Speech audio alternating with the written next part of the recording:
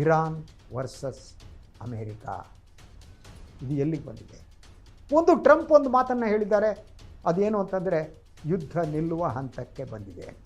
ಇದರ ಅರ್ಥ ಯುದ್ಧ ನಿಲ್ಲಿಸದೆ ಬೇರೆ ದಾರಿ ಇಲ್ಲ ಅನ್ನುವ ಸ್ಥಿತಿಗೆ ಅಮೇರಿಕ ಬಂದಿದೆ, ಟ್ರಂಪ್ ಬಂದಂತೆ ಕಾಣುತ್ತೆ. ಅದರ ಜೊತೆಗೆ ಈ ಮಧ್ಯಸ್ಥಿಕೆಯ ಮಾತುಕತೆಯಲ್ಲಿ ಪಾಕಿಸ್ತಾನದ ಮಹತ್ವ ಇನ್ನಷ್ಟು ಹೆಚ್ಚಿದೆ.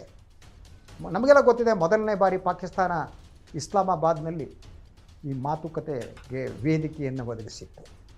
ಪಾಕಿಸ್ತಾನದ ಪ್ರಧಾನಿ ಶರೀಫ್ ಅವರು ಹಾಗೆಯೇ ಸೇನಾ ಮುಖ್ಯಸ್ಥ ಮುನೀರ್ ಅವರಿಬ್ಬರೂ ಕೂಡ ಈ ಮಾತುಕತೆಯಲ್ಲಿ ಮಧ್ಯಸ್ಥಿಕೆಯ ಪಾತ್ರವನ್ನು ನಿರ್ವಹಿಸಿದರು. ಇವರಿಬ್ಬರ ಪಾತ್ರದ ಬಗ್ಗೆ ಇರಾನ್ ಕೂಡ ಶ್ಲಾಘಿಸಿತ್ತು, ಹಾಗೆಯೇ ಅಮೇರಿಕ ಕೂಡ ಶ್ಲಾಘಿಸಿತ್ತು. ಟ್ರಂಪ್ ಅವರು ಹೆಸರು ಹೇಳಿ ಮುನೀರ್ ಅವರನ್ನು ಮಹಾನಾಯಕ ಅಂತ ಕರೆದಿರು. ಅದನ್ನ ಬಗ್ಗೆ ನಾನು ನಿನ್ನೆ ಮಾತನಾಡಿದ್ದೀನಿ. ಹಾಗೆಯೇ ಇಡೀ ಮಧ್ಯಸ್ಥಿಕೆ ಏನಿದೆ ಇವರ ಜೊತೆಗೆ ಟರ್ಕಿ ಕೂಡ ಇನ್ವಾಲ್ವ್ ಆಗಿತ್ತು. ಈಗ ಈ ಎರಡನೆಯ ಹಂತದ ಮಾತುಕತೆ ಅಂದರೆ ಒಂದಂತೂ ನಿಜ, ಯುದ್ಧ ಹಾಗೇನೆ ಒಮ್ಮೆ ಯುದ್ಧವನ್ನು ಪ್ರಾರಂಭ ಮಾಡಿದ ಮೇಲೆ ನಿಲ್ಲಿಸುವುದು ಕಷ್ಟ. ಯಾಕೆಂದರೆ ಅಲ್ಲಿ ಅಹಂಕಾರ ಇರುತ್ತೆ. ಅದ್ರ ಜೊತೆಗೆ ಲೋಕಲ್ ಆಡಿಯನ್ಸ್ ಇರ್ತಾರೆ ನೋಡಿ, ಅವರನ್ನು ಸಂತೋಷಪಡಿಸ್ಬೇಕಾಗತ್ತೆ. ಯಾಕೆಂದರೆ ಯುದ್ಧ ಅಂದ ತಕ್ಷಣ ಬಹುತೇಕ ಜನರು ಸಂತೋಷ ಪಡ್ತಾರೆ, ಹಿಂಸೆ ಕೊಡುವ ಸಂತೋಷ ಅದು. ಇನ್ನೊಂದು ದೇಶವನ್ನು ಹೊಡೆದಾಕಿದ್ವಿ, ಹೆಣ ಕೆಡಗಿದ್ವಿ ಅಂತ ಅಂದ ತಕ್ಷಣ ಆ ದೇಶ ಜನ ವಿಜೃಂಭಣೆಯಿಂದ ಕುಣಿದಾಡೋಕ್ಕೆ ಶುರು ಮಾಡ್ತಾರೆ. ಸಾವು ಕಾಡುವುದಿಲ್ಲ, ಜನ ಸಾವಿನ ಬಗ್ಗೆ ತಲೆ ಕೆಡಿಸ್ಕೊಳ್ಳಲ್ಲ, ಜನ ರಕ್ತಪಾತದ ಬಗ್ಗೆ ತಲೆ ಕೆಡಿಸ್ಕೊಳ್ಳಲ್ಲ. ಸಾವಿರಾರು ಜನರ ಹೆಣ ತೇಲಿ ಹೋಯಿತು ಅಂದರೆ ಜನ ನಕ್ಕು ಸುಮ್ಮನಾಗ್ತಾರೆ. ಸೊ ಈ ಯುದ್ಧ ಕೂಡ ಹಾಗೇನೆ. ಈ ಯುದ್ಧ ಕೇವಲ ಮೇಲ್ನೋಟಕ್ಕೆ ನೋಡುವಷ್ಟು ಸರಳವಾಗಿಲ್ಲ. ಒಂದು, ಅಮೇರಿಕ ಟ್ರಂಪ್ ಸೋತಿದ್ದಾರೆ. ಅವರು ಇರಾನನ್ನು ಅಂಡರ್ ಎಸ್ಟಿಮೇಟ್ ಮಾಡಿದರು. ಇರಾನ್ ಶಕ್ತಿಯ ಬಗ್ಗೆ ಅವರಿಗೆ ಅರಿವಿರಲಿಲ್ಲ. ಅದರ ಜೊತೆಗೆ ಚೀನಾ ಇರಾನ್ಗೆ ನೀಡ್ತಾ ಇರುವ ಬೆಂಬಲ ಕೂಡ ಅವರಿಗೆ ಅರ್ಥ ಆಗಿರಲಿಲ್ಲ. ಟ್ರಂಪ್ ಅಂದ್ಕೊಂಡಿದ್ದರು ಹೆದರಿಸಿ ನಿಲ್ಲಿಸ್ಬಿಡೋಣ, ಹೆದರಿಸಿದ್ರೆ ಇರಾನ್ ತಲೆಬಾಗುತ್ತೆ ಅಂತ.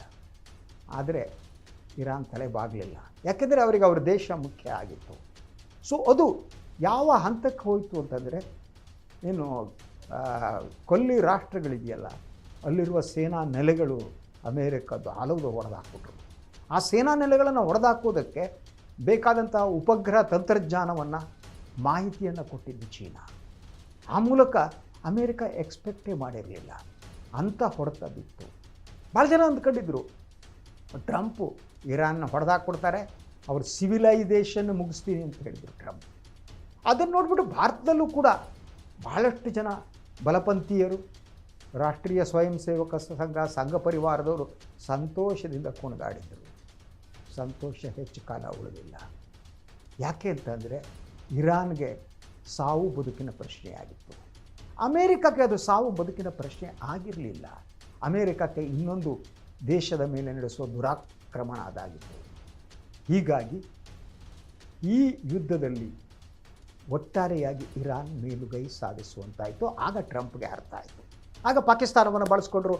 ಎಸ್, ಪಾಕಿಸ್ತಾನ ಬಳಸಿಕೊಂಡು 21 ಗಂಟೆಗಳ ಕಾಲ ಮಾತುಕತೆ ನಡೀತು. ಆ ಮಾತುಕತೆ ಕೂಡ ಯಶಸ್ವಿ ಹಂತಕ್ಕೆ ಬಂದಿತ್ತು. ಆದರೆ ಆಗಲೂ ಕೂಡ ವಿಲನ್ ಆಗಿ ಪ್ರವೇಶ ಮಾಡಿದವರು ಇಸ್ರೇಲ್ ಪ್ರಧಾನಿ ಬೆಂಜಮಿನ್ ನೇತನ್ಯಾಹು. ಅವರು ಹೀಗೆ ಮಾತುಕತೆಯನ್ನು ಹಾಳು ಮಾಡಿದ್ದು 3ನೇ ಬಾರಿ. ಪ್ರತಿ ಬಾರಿ ಮಾತುಕತೆ ಒಂದು ಹಂತಕ್ಕೆ ಬಂದು ಯುದ್ಧ ನಿಲ್ಲುತ್ತೆ, ಸಂಘರ್ಷ ನಿಲ್ಲುತ್ತೆ ಅಂದಾಗ ಬೆಂಜಮಿನ್ ನೇತನ್ಯಾಹು ಯುದ್ಧ ಮುಂದುವರಿಯುವಂತೆ ಮಾಡ್ತಾಯಿದ್ರು.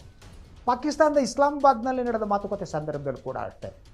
ಮಾತುಕತೆ ಏನು ಹಂತಕ್ಕೆ ಬಂತೆ ಅಂತಾಗ ಮಧ್ಯರಾತ್ರಿ ಬೆಂಜಮಿನ್ ನೇತನ್ಯಾಹು ಅವರು JD ವ್ಯಾನ್ಸ್ ಅವರಿಗೆ ಫೋನ್ ಮಾಡಿ ಇಡೀ ಮಾತುಕತೆಯನ್ನು ಕೆಡಿಸಿದರು. ಆದರೆ ಮಾತುಕತೆಯನ್ನು ಕೆಡಿಸಿದರೆ ಅಷ್ಟೊತ್ತಿಗೆ ಅಮೇರಿಕವೇ ಕೆಟ್ಟು ಹೋಗಿತ್ತು. ಟ್ರಂಪ್ ಈ ಒಂದು ಜೋಕರ್ ಆಗಿ ಕಾಣ್ತಾ ಇದ್ದರು.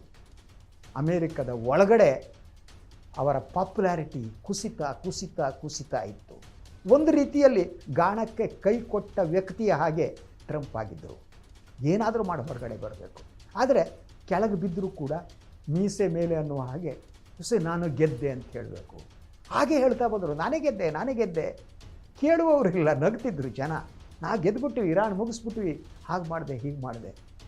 ಆದರೆ ಏನೂ ಮಾಡೋದಕ್ಕೆ ಸಾಧ್ಯ ಆಗಿರಲಿಲ್ಲ.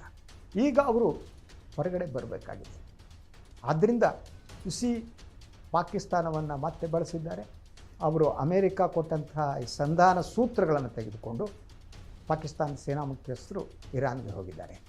ಸೊ ಅಲ್ಲಿ ಒಂದು ಹಂತ ಬಂದ ಮೇಲೆ, ಅಂದರೆ ಯಾವ್ಯಾವ ಅಂಶಗಳಿವೆ ಆ ಅಂಶಗಳ ಬಗ್ಗೆ ಒಂದು ಒಮ್ಮತಕ್ಕೆ ಬರುವ ಚಾನ್ಸಸ್ ಏನಿದೆ, ಅದು ಬಂದ ಮೇಲೆ ಮತ್ತೆ ಇನ್ನೊಂದು ಸುತ್ತು ಮಾತುಕತೆ ನಡೆಯುತ್ತೆ. ಸೊ ಈವನ್ ಟರ್ಕಿ ಕೂಡ ಈಗ ಮತ್ತೆ ಆಸಕ್ತಿಯನ್ನು ತೋರಿಸ್ತಾ ಇದೆ, ಏನಾದರೂ ಮಾಡಿ ಯುದ್ಧವನ್ನು ಮುಗಿಸ್ಬೇಕು ಅಂತ. ಯಾಕಂದರೆ ಈ ಯುದ್ಧ ಮುಂದುವರೆದರೆ ವಿಶ್ವ ಉಳಿಯುವುದು ಕಷ್ಟ, ಈ ವಿಜೃಂಭಣೆ ಉಳಿಯುವುದು ಕಷ್ಟ. ಟ್ರಂಪ್ ಈಗಾಗಲೇ ಎಲ್ಲವನ್ನ ಕಳೆದುಕೊಂಡಿದ್ದಾರೆ. ಸೊ ಅವರ ಪಕ್ಷ ಏನಿದೆ ರಿಪಬ್ಲಿಕನ್, ಅದು ಮುಂದೆ ಈಗ ನವಂಬರ್ನಲ್ಲಿ ಬರುವಂಥ ಮಧ್ಯಂತರ ಚುನಾವಣೆಯಲ್ಲೂ ಹೊರಿಸ್ಕೋಬೋದು. ಆ ಭಯ ಕೂಡ ಟ್ರಂಪ್ಗೆ ಕಾಡ್ತಾ ಇದೆ. ಸೊ ಅದರಿಂದ ಆದಷ್ಟು ಬೇಗ ಯುದ್ಧ ನಿಲ್ಲುವುದು ಭಾಳ ಮುಖ್ಯವಾಗಿದೆ. ಆದರೆ ಯುದ್ಧ ನಿಂತರೂ ಕೂಡ ಯುದ್ಧದ ಪರಿಣಾಮ ಇದೆಯಲ್ಲ, ಆ ಪರಿಣಾಮವನ್ನು ಎದುರಿಸೋದು ಕಷ್ಟ ಅಂತ. ಬಹುತೇಕ ಯಿಂದ ಹಿಡಿದು ಎಲ್ಲ ಕೊಲ್ಲಿ ರಾಷ್ಟ್ರಗಳ ಮೇಲೆ ಏನು ದಾಳಿ ನಡೆದಿದೆ, ಅಲ್ಲಿ LNG ಘಟಕಗಳು ನಾಶ ಆಗಿವೆ, ಅದೆಲ್ಲ ರಿಪೇರಿ ಆಗೋದು 4 ವರ್ಷ 5 ವರ್ಷ ಬೇಕು. ಅದೆಲ್ಲ ಸರಿ ಸರ್, ಆದರೆ ಅಲ್ಲಿ ಜೀವ ಕಳೆದುಕೊಂಡರು, ಸಂಬಂಧ ಇಲ್ಲದ ಸಾಮಾನ್ಯ ಜನ, ಹೆಂಗಸರು, ಮಕ್ಕಳು, ಅವರ ನೋವನ್ನು ಹೇಗೆ ಪರಿಹರಿಸೋಕ್ಕೆ ಸಾಧ್ಯ? ಒಂದು ಕುಟುಂಬದಲ್ಲಿ ಒಬ್ಬ ವ್ಯಕ್ತಿಯನ್ನು ಕಳೆದುಕೊಂಡ್ರೆ ಆಗುವ ನೋವು ಕಳೆದುಕೊಂಡವರಿಗೆ ಮಾತ್ರ ಗೊತ್ತಿರುತ್ತೆ. ಅದು ಎಂಥದ್ದಂದರೆ ಆ ನೋವನ್ನು ಮರೆಸುವುದಕ್ಕೂ ಸಾಧ್ಯ ಇಲ್ಲ, ಯಾರನ್ನು ಕಳೆದುಕೋತೇವೋ ಅವ್ರನ್ನ ವಾಪಸ್ ಪಡೆಯೋದಕ್ಕೂ ಸಾಧ್ಯ ಇಲ್ಲ. ಇಂಥ ವಿಚಾರದಲ್ಲಿ ಸಾವಿನ ನೋವಿರುತ್ತಲ್ಲ, ಅದು ಹಿಂದೂಗೂ ಒಂದೇ, ಮುಸ್ಲಿಮ್ಗೂ ಒಂದೇ, ಕ್ರಿಶ್ಚಿಯನ್ಗೂ ಒಂದೇ, ಬೌದ್ಧರಿಗೂ ಒಂದೇ, ಮನುಷ್ಯರಿಗೆ ಎಲ್ಲರಿಗೂ ಒಂದೇ. ಧರ್ಮದ ಆಧಾರದ ಮೇಲೆ ನೋವಿನ ಪ್ರಮಾಣ ಇರಲ್ಲ, ನೋವೇ. ಆದರೆ ಇಂತಹ ದುರಹಂಕಾರ, ಅಮೇರಿಕದ ದುರಹಂಕಾರ ಇದೆಯಲ್ಲ, ಅದು ಈ ಹಂತಕ್ಕೆ ತಂದು ನಿಲ್ಲಿಸಿದೆ. ಹಲವಾರು ಮನೆಗಳಲ್ಲಿ ದೀಪ ನಂದುವಂತೆ ಮಾಡಿದೆ. ಏನೇ ಆಗಲಿ ಈ ಯುದ್ಧ ನಿಲ್ಲಿ. ಪಾಕಿಸ್ತಾನ ಮಧ್ಯಸ್ಥಿಕೆ ಮಾಡಲಿ, ಯಾರೇ ಮಧ್ಯಸ್ಥಿಕೆ ಮಾಡಲಿ, ಯುದ್ಧ ಮೊದಲು ನಿಲ್ಲಬೇಕು. ಏನಾಗುತ್ತೋ ನೋಡೋಣ. ಇದು ಇವತ್ತಿನ ಮೆಗಾ ಫೋಕಸ್. ನಾಳೆ ಮತ್ತೆ ಬರ್ತೀನಿ 3 ವಿಚಾರಗಳನ್ನ ಎತ್ಕೊಂಡು ನಮ್ಮ ಹತ್ರ ಮಾತಾಡ್ತೀನಿ. ಅಲ್ಲಿವರೆಗೆ ಎಲ್ಲರಿಗೂ ಕೂಡ ನಮಸ್ಕಾರ.